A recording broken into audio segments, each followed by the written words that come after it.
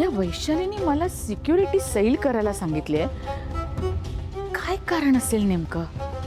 कशासाठी बोलली असेल गेटवरची सिक्युरिटी सैल करा म्हणून?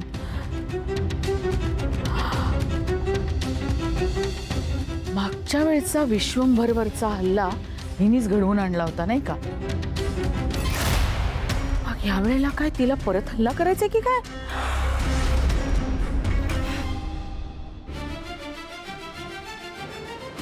अहो हा थांबा. काय ग? हा अरे हा रुमाला आणि वॉलेट. विसरलोच की ग मी. हो. दे बरं, आम्हाला यायला उशीर होईल आज. अहो पण मग तुमच्या जेवणाचं कसं काय? निवडणुकांची खूप कामं आहेत, तिची धावपळ आहे सगळी. आम्ही जेवून घेऊ, काहीतरी करू आम्ही. हा, तू काळजी नको करूस. निघूया. हा चल चल.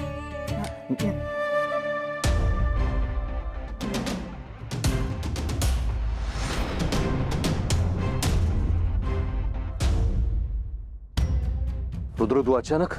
Yes sir. सर, तुमच्यावर ज्या मुलीने हल्ला केला त्या मुलीच्या शोधात आम्ही आहोतच. शुभू आणि श्रावणी त्यासाठी आम्हाला मदत सुद्धा करतात. पण याच संदर्भात आम्हाला एक महत्त्वाची लीड मिळाली. तुमच्या घरातली एक व्यक्ती त्या मुलीला जाऊन भेटली आहे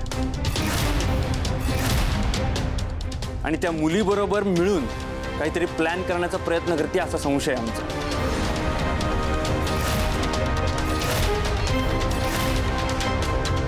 काय बोलतोस तू? शक्य नाहीये हे. माझ्या घरातली कुठलीही व्यक्ती असं वागूच शकत नाही. नाही सर, मला जी माहिती मिळाली आहे त्यानुसार. तुला मिळालेली माहिती चुकीची असू शकते ना.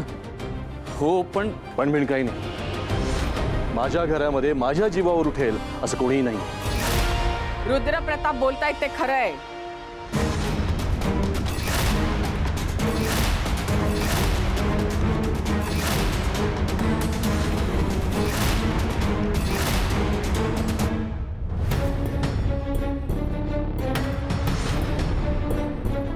त्या वैशालीला भेटणारी व्यक्ती मीच आहे.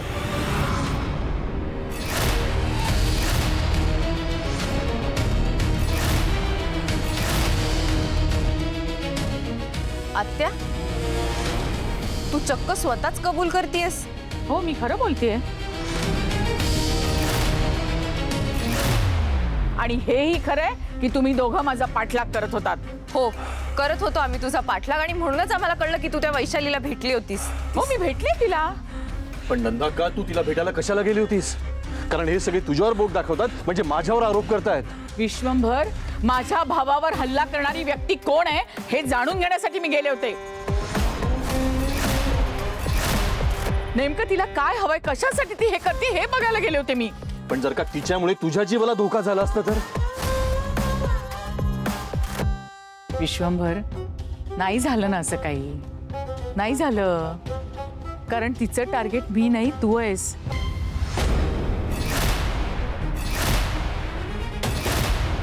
तिने स्वतःहून मला फोन केला म्हणून मी गेले होते तिथे.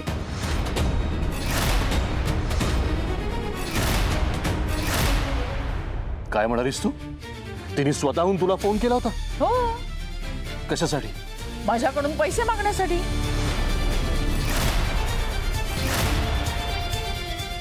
तिला का पैसे हवे होते? अरे, आता माझ्या पैशाचा वापर तिला तुझ्यावर हल्ला करण्यासाठी करायचा होता. आधीचा प्लॅन फसला होता, आता नव्याने हल्ला करायचा प्लॅन फसू नये म्हणून ती पुरेपूर काळजी घेत होती.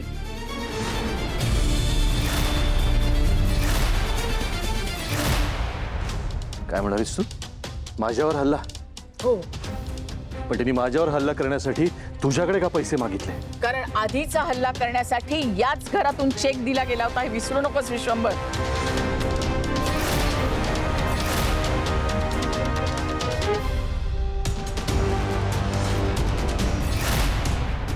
अलकनंदा मॅम,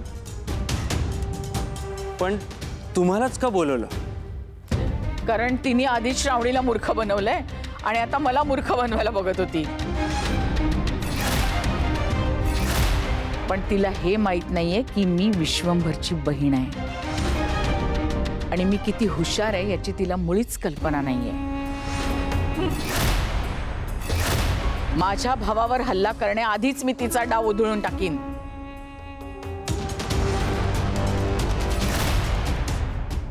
काय इन्स्पेक्टर, हा? तुम्ही या शुभ आणि श्रावणीच्या नादी लागून माझी चौकशी करायला आला? मला तुम्हाला एक प्रश्न विचारायचा आहे. आमच्या आउट हाऊस मध्ये त्या वैशालीला कोणी आणून ठेवलं तर माहितीये तुम्हाला?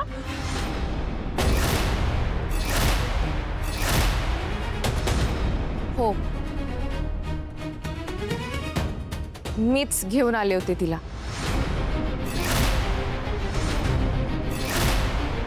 नाही नाही, ती घेऊन आली असेल, पण म्हणून ती गुन्हेगार नाही ठरत ना. पृथ्वी, गुन्हेगार कोण आहे कोण ठरवणार? अर्थातच इन्स्पेक्टर ते आहेत ना इन्स्पेक्टर इथे, ते ठरवतील. दोषी असेल तर आरोपीला कोर्टात नेतील आणि कोर्ट ठरवेल. तू जरा गप्प राहा. हा इन्स्पेक्टर, तुम्हाला माहित होतं ही जे काही आता बोलली ते? हो.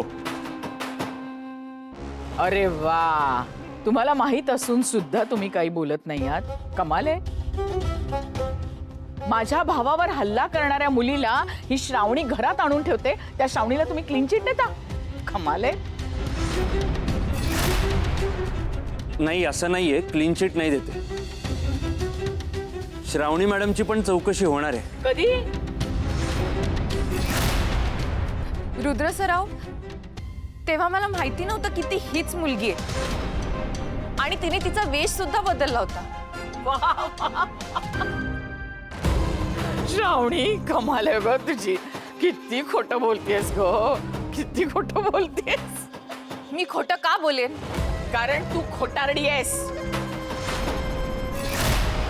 शिक्षण मंत्र्याच्या घरात राहतेस, त्या मुलीला घरात आणताना तिची चौकशी करावीशी वाटली नाही तुला? आणि ते सुद्धा माझ्या भावावर आधीचा हल्ला झालेला असताना. हे बघ आत्या, गप्पा बस, काही बोलू नकोस.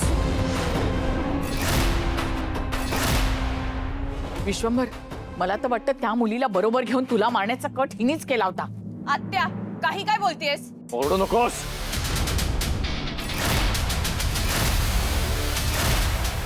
नंदाक्कावर आवाज चढून बोलायचं नाही. कायमचं लक्षात ठेव.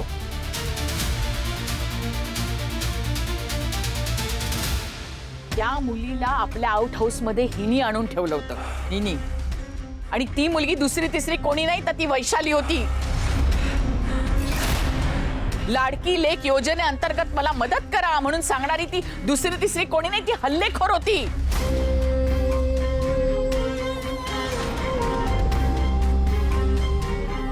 विश्वंभर, तूही तिच्या बोलण्यात आला होतास रे.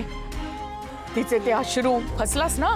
रडत होती तेव्हा तू तिच्यासाठी खास वेळ काढून तिला मदत केली होतीस, आठवतंय ना? हो, आठवतंय मला.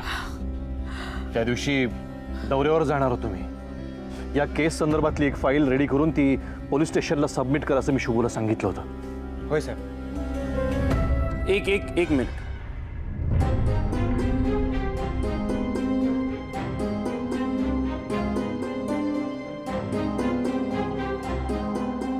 सर, हीच ती फाईल होती का?